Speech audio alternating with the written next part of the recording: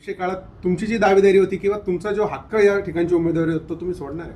ह्या ठिकाणी काही होतं. आता जो माणूस आत्ता आहे तो उद्या कुठे जाईल ते भरोसा नाही.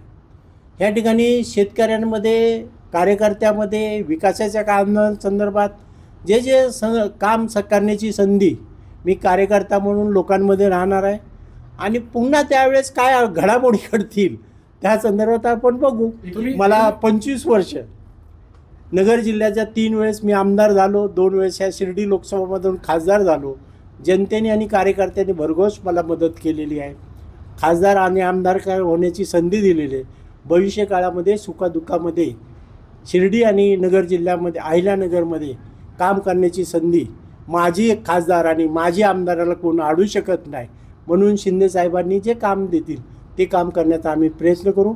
लोकांमध्ये राहून लोकांच्या समस्या, लोकांच्या काय अडचणी असेल सोडवण्याचा प्रामाणिक प्रयत्न तुम्ही करू. म्हटले आज आहे इथं आहे माणूस, उद्या पुढे जाईल माहीत नाही. हो. नेमकं तुम्ही कुठे जाणार? नाही आम्ही कुठे जाणार नाही. मी माणसाचा काय भरोसा नाही. आता बघा 2014 विखे पाटील माझ्या विरोधात होते, 2019ला विखे पाटील माझ्या बरोबर होते, 2014ला मुरकुटे साहेब माझ्या बरोबर होते, 2014ला 19ला मुरकुटे आमच्या विरोधात होते. हे कालांतरही होतं.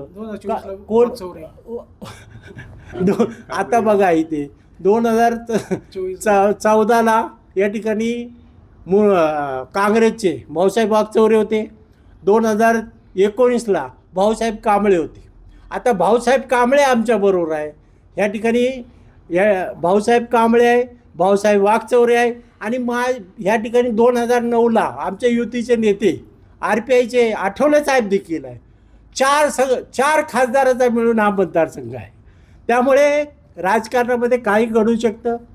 लोकांनी संधी दिली, आम्ही सर्वांनी मिळून लोकांचं काम प्रश्न सोडवण्याचा आम्ही प्रामाणिक प्रयत्न करू. साहेब माझे खासदार म्हणून तुम्ही आहात. हां? चौऱ्यांचं स्वागत करायला मुंबईला जाणार आहात का? आता आम्ही स्वागत जिथे मिळतील तिथे स्वागत करू, फूल आणि गुच्छ देण्याचा प्रयत्न करू. माझे खासदार